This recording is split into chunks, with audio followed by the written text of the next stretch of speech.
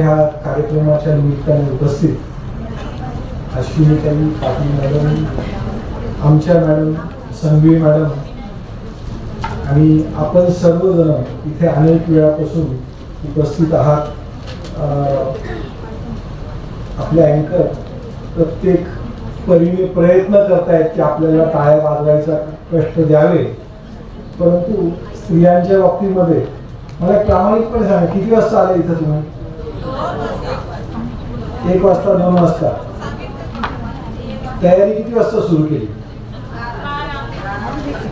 2 तासात मेकअप झाला? कसं शक्य? नाही केला? नॅचरल ब्युटीज आहेत सगळ्या. मला एक सांगा, पुरुषांमध्ये बघा, संपादक साहेब सांगत होते की ह्या स्त्रियांच्या मागे पुरुष उभे असतात, पण खरं सांगू तर मेजॉरिटी वेळेस तुमच्या मागे पुरुष खूप कमी वेळेस उभे असतात. कारण रणरागिणी जेव्हा बाहेर आपल्या कार्याचा ढसाव उमटवत असते, तितकाच मोठा रोल असतो घर सांभाळणं सुद्धा. अनेक वेळेस पुरुष जेव्हा बाहेर आपलं कर्तृत्व गाजवत असतात, किती वेळेस असं होतं की घर पण सांभाळावं लागतं किंवा मुलं पण सांभाळावं लागतात, नाही होत. त्याच्यामुळे ॲक्च्युली तुम्ही होममेकर पण आहात आणि इन एडिशन एक सोसायटी चांगली व्हावी ह्या दृष्टीने आपण जे काही कार्य करताय, त्यामुळे आपण सर्वांनी स्वतःसाठी टाळ्या वाजवल्या पाहिजे. आपण मी तुमच्या हॉस्पिटलची जी टीम आहे, आज आमच्या टीममध्ये जवळजवळ 700 पेक्षा जास्त महिला आहेत आणि 15 दिवसापूर्वीचा विषय सांगतो. 15-20 दिवस झाले असतील. आमच्याकडे एक ओटी ऑपरेशन थिएटरमध्ये माझ्यावर एक मावशी आहेत, ते अनेक वर्षांपासून काम करतात. ओटीच्या मध्ये ते अचानक आले माझ्याकडे, म्हणे सर माझा मुलगा आलेला आहे, तर त्याला तुम्हाला भेटायचं आहे. म्हटलं ये, काय अडचण आहे. मला स्वाभाविक मला असं वाटलं त्याला काही त्रास होत असेल म्हणून त्या घेऊन आले. त्यामुळे बाहेर आलो. म्हटलं काय नाही, माझी 12वीची परीक्षा आहे. म्हटलं खूप बेस्ट ऑफ लक. मावशी म्हटल्या सर त्याला आशीर्वाद द्या, त्याला सुद्धा तुमच्यासारखं डॉक्टर होता. म्हणजे त्या आईची जिद्द, आणि मी त्या मावशींना मागच्या 10-12 वर्षांपासून ओळखतो. अतिशय अडचणीच्या कौटुंबिक परिस्थितीतनं मिस्टरांचा काहीही साथ नसताना त्यांनी स्वतः काम करत घर पण सांभाळलं आणि आज ही जिद्द ठेवली आहे. त्या मुलांनी सुद्धा आईच्या कर्तृत्वाचा मान ठेवून की मला शिकून मोठं डॉक्टरच व्हायचंय, अशा स्वरूपाची ज्यावेळेस मानसिकता असते, आय थिंक तिथे ती आई खरी रणरागिणी असते. घर पण सांभाळती आणि मुलांना सुद्धा पुढचं शैक्षणिक वाटचाल करते. म्हणून उगीच नाही म्हटलं जात की एक मुलगी जर कधी शिकली तर ती पूर्ण कुटुंब करते. असं कधी म्हटलं जातं का एक पुरुष शिकला किंवा एक मुलगा शिकला तर तो पूर्ण घर सांभाळतो. त्यामुळे हे सगळं तुम्ही करतात, खूप छान करतायत, परंतु एक डॉक्टर म्हणून माझा आपल्या सर्वांबद्दल कुठेतरी एक कन्सर्न आहे, किंवा असं म्हणेल की तुम्ही स्वतःच्या प्रकृतीकडे सर्वात जास्त दुर्लक्ष करणारं कोण असेल तर ती स्त्रीच असते. कारण प्रायोरिटीज वेगळ्या असतात. प्रत्येकीला वाटतं मला घर सांभाळायचं आहे, मिस्टरांचं बघायचं आहे, मुलांचं बघायचं आहे, आईवडिलांचं बघायचं आहे. हे सगळं करत असताना आपण आपल्या शरीराकडे दुर्लक्ष करतो. आहाराकडे तर मला वाटतं आपल्यापैकी असं कोणी आहे स्वयंपाक झालं पहिलं जेवतं नंतर बाकीच्यांना खाऊ घालतं? कोणीच नाही. सगळ्यांना खाऊ घालायचं, नंतर जे उरेल ते खायचं. आणि मग त्याच्यात अनेक वेळेस हा खोटा अभिमान बाळगायचा की काल रात्रीचं शिळं जे उरलेलं आहे जास्त टेस्टी लागतं म्हणून दुसऱ्या दिवशी खायचं. वास्तविक जर कधी आपण आपला आहार व्यवस्थित ठेवला तर खूप आजारपणापासून आपण आपल्या स्वतःचं संरक्षण करू शकतो. म्हणजे भारतामध्ये व्हिटॅमिन डी ची कमतरता आज जवळजवळ 90% आपल्या जनतेमध्ये व्हिटॅमिन डी ची कमतरता आहे. तो फक्त आपल्या चुकीच्या आहार पद्धतींशी संबंधित आहे. इनफॅक्ट इथे उपस्थित असणाऱ्या महिलांच्या म्हणजे मी व्हिटॅमिन डी बद्दलही बोलत होतो. की विटॅमिन डी, विटॅमिन B12 आपल्या मेजॉरिटी महिलांमध्ये खूपच डेफिशियंट असण्याचं लक्षात येत आहे. आणि ह्या विटॅमिन डी आणि B12च्या डेफिशियन्सीजमुळे अनेक प्रकारचे आजार पण होतात. इथे उपस्थित असणाऱ्या मेजॉरिटी महिला मला साधारणपणे 30 किंवा 40 या जनरेशन्समध्ये दिसत आहेत. पण आय एम शुअर आपल्यापैकी जर कधी आपण आपल्या घरामध्ये आपल्या सिनियर सिटीजन्सला बघितलं, आई असतील, आजी असतील, तर त्यांचं आरोग्य अनेक वेळेस नेक्स्ट जनरेशनपेक्षाही जास्त चांगलं असतं. आणि त्याचं महत्त्वाचं कारण डाएट आहे. सकाळचा जो नाश्ता आहे, ज्याला आपण आधी पोळी भाजी भाकरी म्हणायचो, त्याची जागा बिस्किट्सनी घेतलेली आहे आणि ब्रेडनी घेतलेली आहे. आणि त्याचं रूपांतर कुठेतरी आजारपणामध्ये झालेलं आहे. आज कॅन्सर जी माझी स्पेशालिटी आहे त्याच्याशी संबंधित बोलायचं म्हटलं तर भारतामध्ये म्हणजे आजच्याच सकाळच्या न्यूजपेपरमध्ये माझंच एक प्रतिक्रिया आलेली आहे. ती आहे HPV वॅक्सिनेशनशी संबंधित, की HPV वॅक्सिन का घेतलं पाहिजे, आपण आपल्या कुटुंबातल्या प्रत्येक मुलीला का दिलं पाहिजे. कारण जगभरामध्ये गर्भाशय पिशवीच्या मुखाचे जितके कॅन्सरचे रुग्ण आढळतात पूर्ण जगात, त्यातले 60% रुग्ण फक्त एकट्या भारतामध्ये. 60% सर्वायकल कॅन्सर फक्त भारतामध्ये आढळतात. कारण आपल्याकडे वॅक्सिनेशन आपण अजून सुरू केलेलं नाही. आत्ता कुठे 15 दिवसापूर्वी गव्हर्नमेंट ऑफ इंडियाने अनाऊन्स केलेलं आहे की 14 वर्षाच्या मुलींना HPVची लस मोफत दिली जाणार आहे. आणि मोमेंट ते अनाऊन्समेंट झाली की अनेक आपल्या समाजातले सो कॉल्ड तज्ज्ञ मंडळींनी अचानक त्याच्यावरती सोशल मीडियावरती वेगवेगळ्या प्रकारचे अफवा पसरायला सुरू केल्या की HPV वॅक्सिन देऊ नका, त्यामुळे वंधत्व होतं आणि ही अमेरिकन एक प्रकारची साजिश आहे आपल्या देशाविरुद्ध. मुळात असं काहीही नाही. खोडसाळपणा किंवा मूर्खपणा आहे मी म्हणेल जे कोणी HPV वॅक्सिनचं विरोध करत आहे. HPV वॅक्सिन मी माझ्या मुलीला दिलेली आहे. आपण सुद्धा आपल्या मुलींना देऊन 9 ते 18 वर्ष वयोगट इथं बेस्ट एज ग्रुप त्या एजमध्ये दिलं तर आपण आपल्या मुलींचं 100% संरक्षण करतोय सर्वायकल कॅन्सर. आज भारतामध्ये दर 100 स्त्रियांमागे 9 स्त्रियांना स्तनाचा कर्करोग होण्याचा धोका आहे. 100 पैकी 9 स्त्रियांना. म्हणजे इतक्या धोकादायक पद्धतीने हा आजार वाढतोय.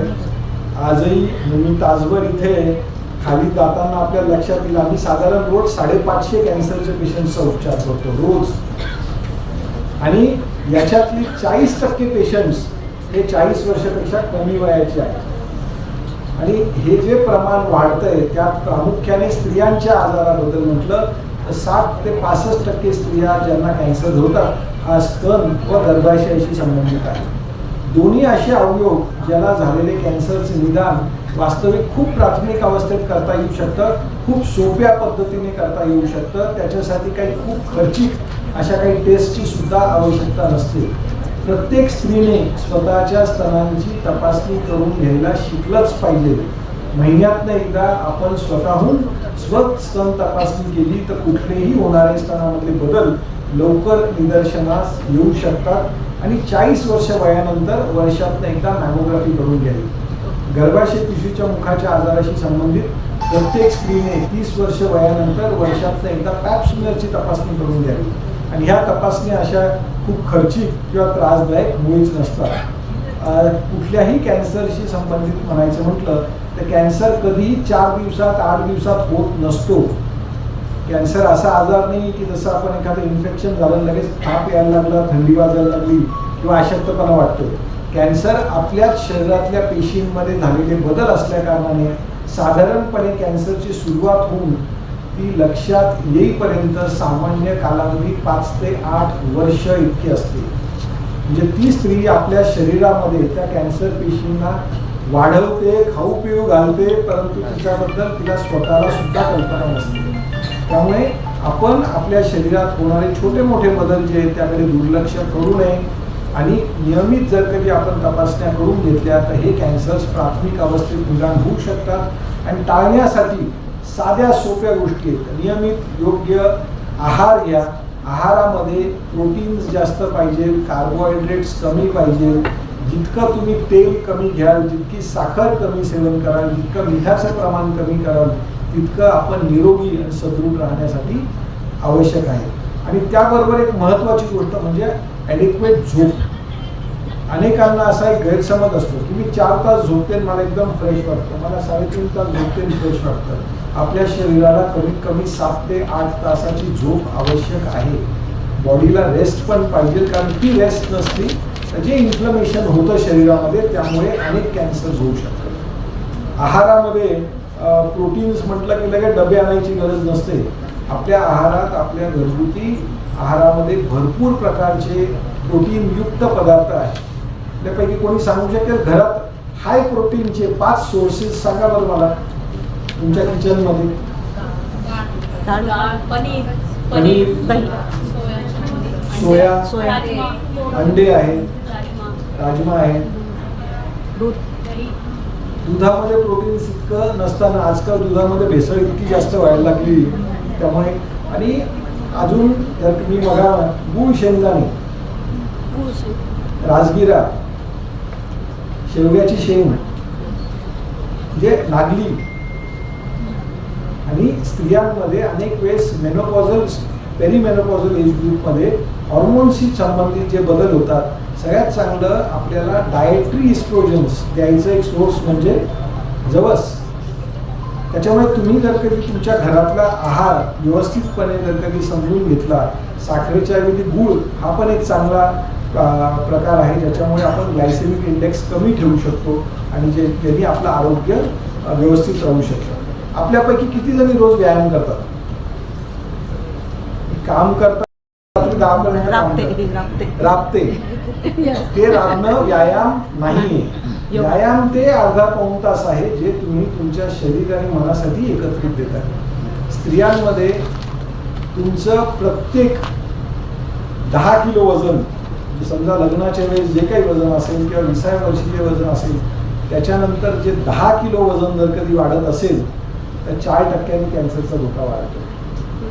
थोडक्यात प्रत्येक 1 kg weight is equal to 0.4% increase risk of cancers. त्यातले त्यात प्रामुख्याने स्तनाचे कॅन्सर्स, गर्भाशयाचे कॅन्सर्स असतात. हे कॅन्सरचं प्रमाण वाढण्याचं प्रमाण अधिक असतं. आणि नियमित व्यायाम केला, आपण आपलं वजन आटोक्यात ठेवलं, नियमित तपासण्या आणि वॅक्सिनेशन खास करून स्त्रियांसाठी आणि आता तर पुरुषांना सुद्धा HPV वॅक्सिनेशन हे मॅन्डेटरी झालेलं आहे. हेपॅटायटिस बीचं वॅक्सिनेशन आपल्या लहान मुलांना तर ऑलमोस्ट सगळ्यांना मिळालेलं आहे. पण जे 20 वर्ष वयापेक्षा मोठे आहेत त्यांना हेपॅटायटिस बी सर्वांना मिळालेलं नसणार आहे, कारण ते फक्त हॉस्पिटलमध्ये किंवा जे हाय रिस्क प्रोफेशनल्स असतात त्यांनाच दिलं जातं. कारण हेपॅटायटिस बी, हेपॅटायटिस सी किंवा HPV रिलेटेड कॅन्सर्स हे वॅक्सिनेशनच्या माध्यमातून पूर्णपणे टाळता येणारे कॅन्सर. कॅन्सरचं निदान करण्यासाठी काही सोप्या तपासण्या असतात ज्याच्यात मॅमोग्राफी एक तपासणी असते स्तनाच्या कॅन्सरसाठी आणि गर्भाशयाच्या कॅन्सरसाठी पॅप्समियरची तपासणी असते किंवा सोनोग्राफी, फुफ्फुसांचा एक्सरे, लघवीची तपासणी, काही रक्ताच्या चाचण्या असतात ज्या वर्ष 1.5 वर्षातनं प्रत्येकाने करून घेतल्या पाहिजे. कॅन्सरच्या उपचारामध्ये आता खूप बदल झालेले आहेत. पहिल्यासारखं राहिलेलं नाही की चाकू, सुरी, तलवारी घेऊन आम्ही ऑपरेशन करतो. आता सगळे ऑपरेशन्स मशीन्सने होतात, रोबोटने होतात. जिथे रोबोटिक समजा गर्भाशय काढायचं ऑपरेशन असेल हार्डली 25 ते 30 मिनिटं लागतात आणि 24 तासात तुम्ही घरी जाऊन तुमचं रुटीन काम करू शकता. कुठल्याही पोटावरती मेजर कट वगैरे नसतो. हे सगळं तंत्रज्ञान आता अवेलेबल आहे आणि ह्या तंत्रज्ञानाचा फायदा आपण करून घेतला तरच आपण कुठेतरी हुशार झालो, आपण समजदार झालो असं समजले पाहिजे. कॅन्सरच्या उपचारामध्ये आधी अनेक वेळेस किमोथेरपी, रेडिएशनबद्दलची भीती होती, जे गैरसमज होते. आता तो तसं राहिलेला नाही. कॅन्सर लास्ट स्टेजमध्ये सुद्धा अनेक पेशंट्समध्ये, मी सगळ्या पेशंट्समध्ये नाही म्हणणार, अनेक पेशंट्समध्ये दीर्घकाळ पेशंट निरोगी राहू शकतो, आयुष्य वाढवता येतं. आणि आता इम्युनोथेरपीसारख्या उपचारांमुळे पेशंट पूर्णपणे बऱ्या होण्याचं प्रमाण सुद्धा वाढलेलं आहे. पण इतकं जरी म्हणालो तरी मी सांगेन की कॅन्सर हा असा आजार आहे तो वैद्याच्या घरात सुद्धा व्हायला नको आहे. पण तो टाळता आला तर कधी पण चांगलं. येत्या भविष्य काळामध्ये भारतात कॅन्सरचं प्रमाण आज जितकं आढळतं आहे त्याच्यापेक्षा 6 पट जास्त होणार आहे. हा सायंटिफिक डेटा आहे आणि तो काही शास्त्रोक्त आधारांवरती फिगर्स निश्चित केलेले आहेत. त्यामुळे कॅन्सर जर काही टाळायचा असेल, योग्य व्यायाम, योग्य आहारामध्ये जसं मी म्हणालो की it has to be a balance diet. त्या डाएटमध्ये जितकं प्रोटीन्स महत्त्वाचे आहे तितके कार्बोहायड्रेट्स पण महत्त्वाचे, विटॅमिन्स किंवा मिनरल्स हे सर्व समाविष्ट आहार जर कधी आपण घेतला तर त्या आहारामुळे आपण निश्चितपणे आपण स्वतः निरोगी राहू शकतो आणि सुदृढ राहू शकतो. आता मी जरी किती म्हणालो या टेस्ट करून घ्या तरी ह्या टेस्टची एक मजेशीर किस्सा पण आहे. मी असंच एका रविवारी नाशिकमधल्या एका हॉटेलमध्ये काही भगिनींनी एक त्यांची किटी पार्टी होती. त्या किटी पार्टीमध्ये त्यांनी मला बोलवलेलं होतं. त्या मला म्हणाले सगळं सांगा आता तुम्ही कॅन्सरबद्दल. तर मी असंच कल्पना दिली. ते म्हणे मग आता आम्ही उद्या सगळ्या आमच्या स्वतःच्या टेस्ट करून घेतो. तर ठीक आहे करून घ्या. आता दुसरा दिवस सोमवार, म्हणजे टेस्टला किती खर्च येतो? काय 2-1,000 रुपये खर्च येतो. त्याच्यात मॅमोग्राफी असेल, सगळ्या गोष्टी असेल. साधारण 50-60 लेडीज होत्या. दुसऱ्या दिवशी 10-12 जणी एकदम उत्साहामध्ये हॉस्पिटलला आल्या. सगळ्या दुपारच्या प्रत्येकीने टेस्ट करून घेतल्या आणि माझी सोमवारची गडबड होती पेशंटची. त्यात माझ्या समोर आले, रिपोर्ट दाखवले. पटकन रिपोर्ट्स आले ते सगळे आणि त्यांना म्हटलं भाभी डोंट वरी, सब रिपोर्ट्स नॉर्मल आहे. आणि तिकडनं समोरून प्रतिक्रिया काय आली माहिती? 10 तरीके गए 2,000 पाहिजे.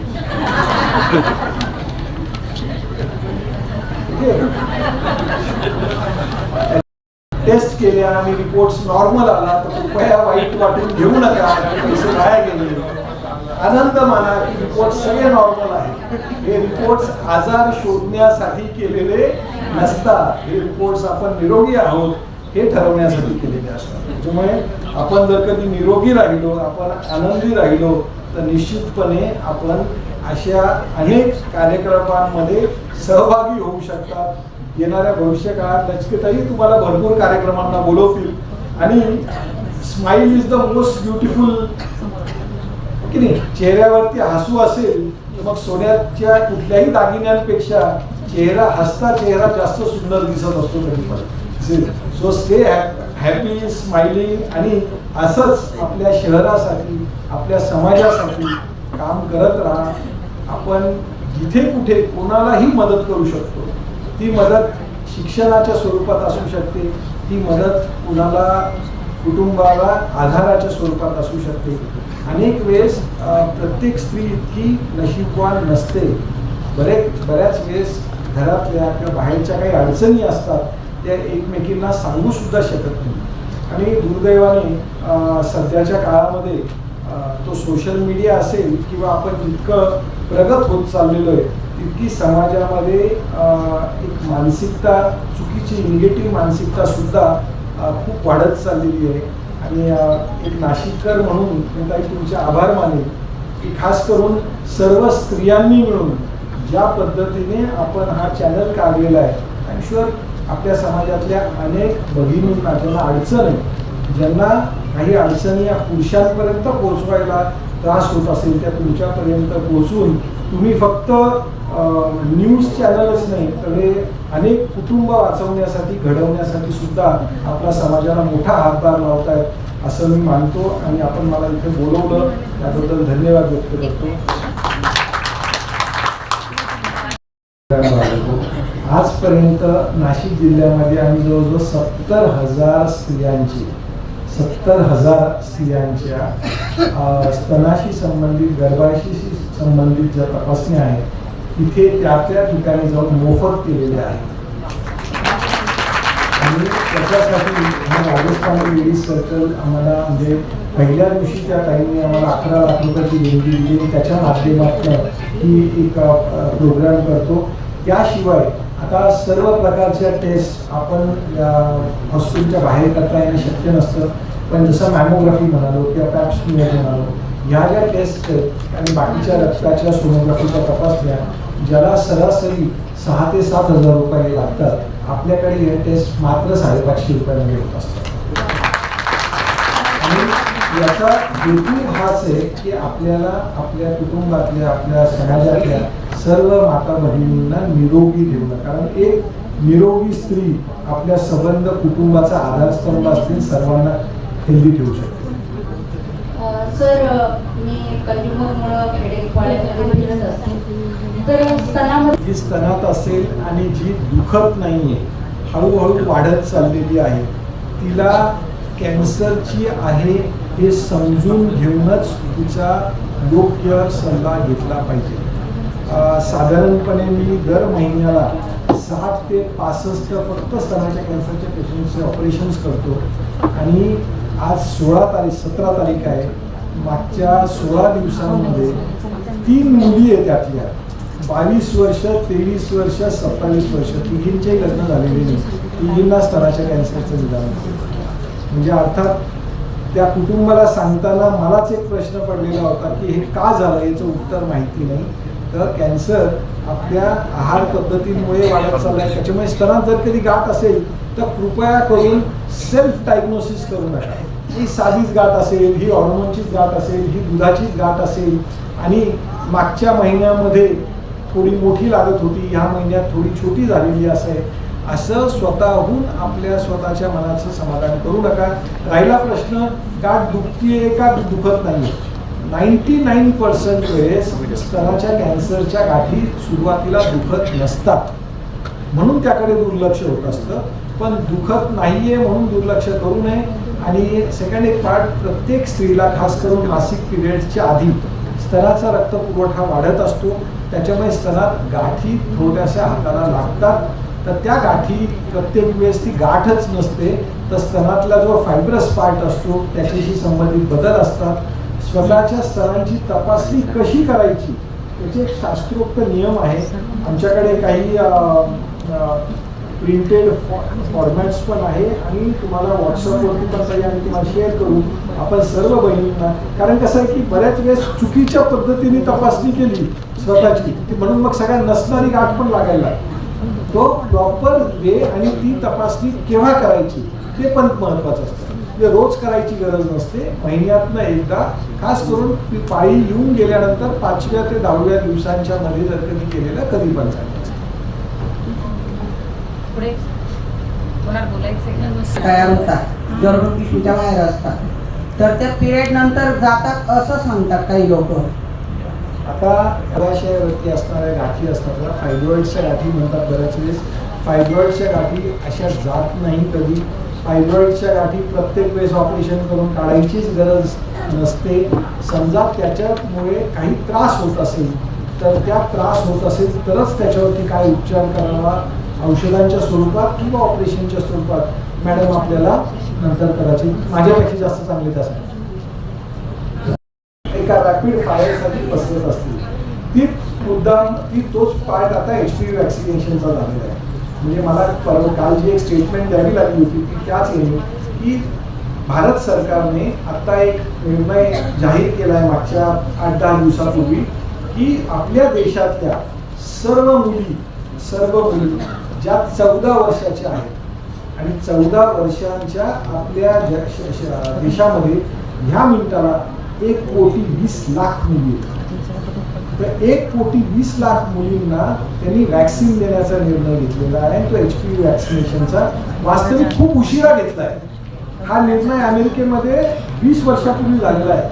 मी 2014 मध्ये ज्यावेळेस भारताचा रिप्रेझेंटेटिव्ह म्हणून ऑस्ट्रेलियाच्या सिडनी मेडिकल कॉलेजला गेलो होतो, माझ्याबरोबर डॉक्टर जामकर होते जे व्हाईस चान्सलर होते.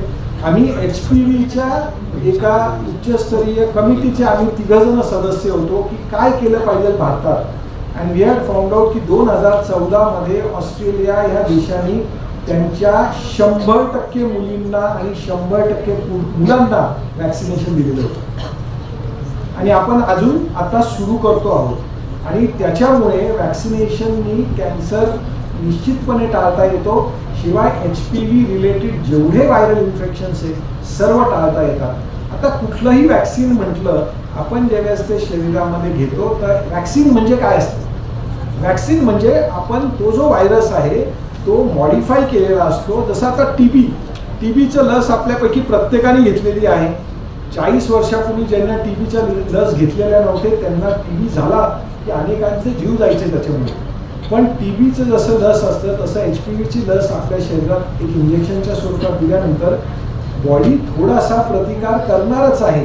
आणि तो प्रतिकार जो असतो थोडंसं अंग भरून येणं, थोडा ताप येणं किंवा इंजेक्शन साईटला दुखणं या व्यतिरिक्त काहीही नसतं. पण जो एक प्रोपॅगंडा केला जातोय की त्या वॅक्सिनमुळे मुलींचे मेंदू विकार होतात, हृदय खराब होतात किंवा काही मुली दगावलेल्या आहेत किंवा सर्व मुलींना वंधत्व येतं, हे मुद्दामून म्हणजे ॲक्च्युली हे खोडसाळपणा आहे आणि वेडेपणा आहे. तसं काहीही होत नाही. ही वॅक्सिन दिलीच पाहिजे. आणि as a said it is always better to practice. कारण आपण पुढे डोळे ठेवून शास्त्राच्या आधारे जर कधी आपण केलं तर निश्चितपणे करता येऊ शकतं. आम्ही लायन्सच्या माध्यमातून अजून एक प्रोग्राम राबवायचो. In fact doctor Ravindra Kumar Singal sir ज्यावेळेस नाशिकचे पोलीस कमिशनर होते तर सरांबरोबर आम्ही जॉईन द चेंज नावाचे एक इनिशिएटिव्ह चालू केलेलं आहे. Join the change is about Nashik as a tobacco free society. आणि त्यावेळेस आम्ही नाशिकच्या सगळ्या म्युन्सिपल स्कूल्समध्ये, ग्रामीण भागातल्या शाळांमध्ये, जिल्हा परिषदेच्या शाळांमध्ये, फॅक्टरीजमध्ये सगळीकडे आम्ही जाऊन आम्ही 2 इनिशिएटिव्ह रन केले. मी स्वतः दर 15 दिवसात एक दिवस द्यायचो आणि आम्ही मुलांचं जस्ट प्रश्न विचारायचो की तंबाखू संबंधित काही सवयी आहेत का. आधी सगळे नाही नाही नाही नाही करायचे. नंतर थोड्या वेळ गप्पा मारल्या तर लक्षात यायचं की सगळेजण हो म्हणायचे. आणि आम्ही जवळजवळ जो सर्वे केला होता तो मी पब्लिश केला आहे एका स्टडीच्या स्वरूपात. मी 10,000 मुलांचे आम्ही सर्वे केले होते. त्या 10,000 मुलांपैकी 6,000 मुलं तंबाखू, गुटखा, बिडी, सिगरेट ओढत होते. आणि सुरुवात कुठे होती? घरातनं होती. एक तर घरातनं होते की घरात आपण बघतात की वडील, काका, आजी, आजोबा हे तंबाखूचं सेवन करतात आणि बऱ्याच वेळेस ती तंबाखू किंवा बिडीच्या पाकिटं आणायला कोणाला पाठवतात? मुलांना पाठवतात. शाळांमध्ये सुद्धा गुरुजी मुलांना सांगतात जा बिडी गुटखा घेऊन ये. आणि आपल्याकडे घोस्ट मार्केटिंग एक प्रकार आहे. इनफॅक्ट मी पत्रकारांना विनंती करेल त्याच्या विरुद्ध आपण आवाज उठवला पाहिजे. घोस्ट मार्केटिंगमध्ये म्हणजे जर कधी एखादा फिल्म स्टार तो पान मसालाच्या स्वरूपामध्ये त्याच नावाने जेव्हा एखादी ॲड करतो मुलांना त्याच्यात आकर्षण वाटतं की हा हिरो किती स्टाईलमध्ये तो पान मसाला खातोय. आणि त्याच नावाने गुटखा पण मिळत असतो. गुटखा बॅन आहे महाराष्ट्रात आणि सर्वांना माहिती आहे तर आपल्याकडे जेवढा गुटखा मिळतो तेवढा गुटखा मिळत नसतो. तर ही सर्व घोस्ट मार्केटिंग सुद्धा बंद करणं गरजेचं आहे. अन्यथा पुढच्या भविष्य काळामध्ये कॅन्सरसारखे आजार कमी नाही होणार, वाढत जाणार. ओके, धन्यवाद. Thank you so much.